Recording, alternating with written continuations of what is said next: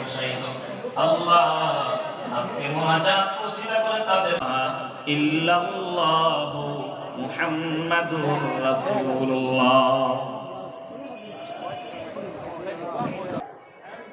আসলে আমার একটা ইচ্ছা থাকে যে প্রত্যেক বছরে আমাদের বন্ধু বান্ধব আত্মীয় স্বজন এবং বড় ভাইদের সাথে একসাথে ইফতার করা। আর এটা একটা রাজনৈতিক প্ল্যাটফর্মের বাইরে। রাজনীতি তো অনেক অনেক প্রোগ্রামে অনেক আলোচনা হয়, অনেকেই যাই।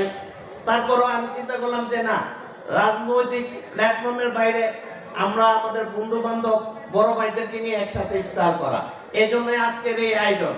আমরা আজকের এই আয়োজনের এবং ইফতার মাহফিলকে আপনারা উপস্থিত থেকে স্বতঃস্ফূর্তভাবে উপস্থিত হয়ে এই মাহফিলকে সফল করেছেন, তার জন্য আমি আমার ব্যক্তিগত পক্ষ থেকে আপনাদেরকে জানাই আন্তরিক শুভেচ্ছা ও অভিনন্দন।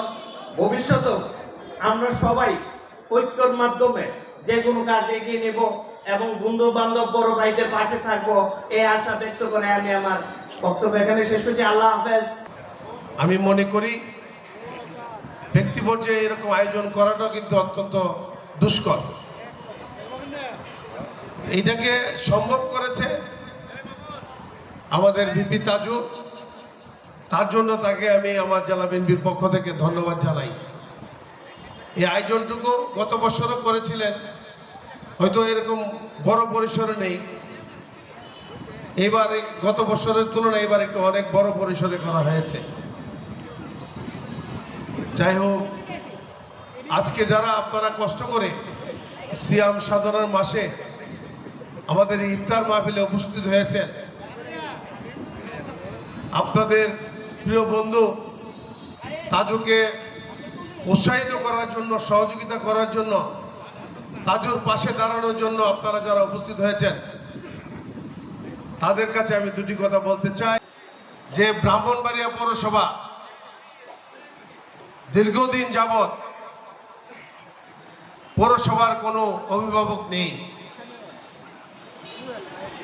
যেহেতু সংসদ নির্বাচন শেষ হয়েছে, নিয়ম মাফিকভাবে আগামী কিছুদিনের ভিতরে ব্রাহ্মণবাড়িয়া পৌরসভার নির্বাচন হতে যাচ্ছে। সেই নির্বাচনকে সামনে রেখে বাংলাদেশ জাতীয়তাবাদী দল বিএনপির পক্ষ থেকে আমি আপনাদের দোয়া এবং সহযোগিতা চাই এবং আপনাদেরকে পাশে নিয়ে ব্রাহ্মণবাড়িয়া পৌরসভার উন্নয়ন করতে চাই। আমাদের বর্তমান চেয়ারম্যান, এই দেশের প্রধানমন্ত্রী জনাব তারেক রহমান অত্যন্ত দেশের জন্য অত্যন্ত কষ্ট করছেন, অত্যন্ত পরিশ্রম করছেন। উনি যাতে ওনার সুযোগ্য নেতৃত্বে এই দেশ শান্তিপূর্ণভাবে, শান্তিপূর্ণ পরিবেশে পরিচালনা করতে পারে, আপনারা ওনার জন্য দোয়া করবেন, বিশেষভাবে ওনার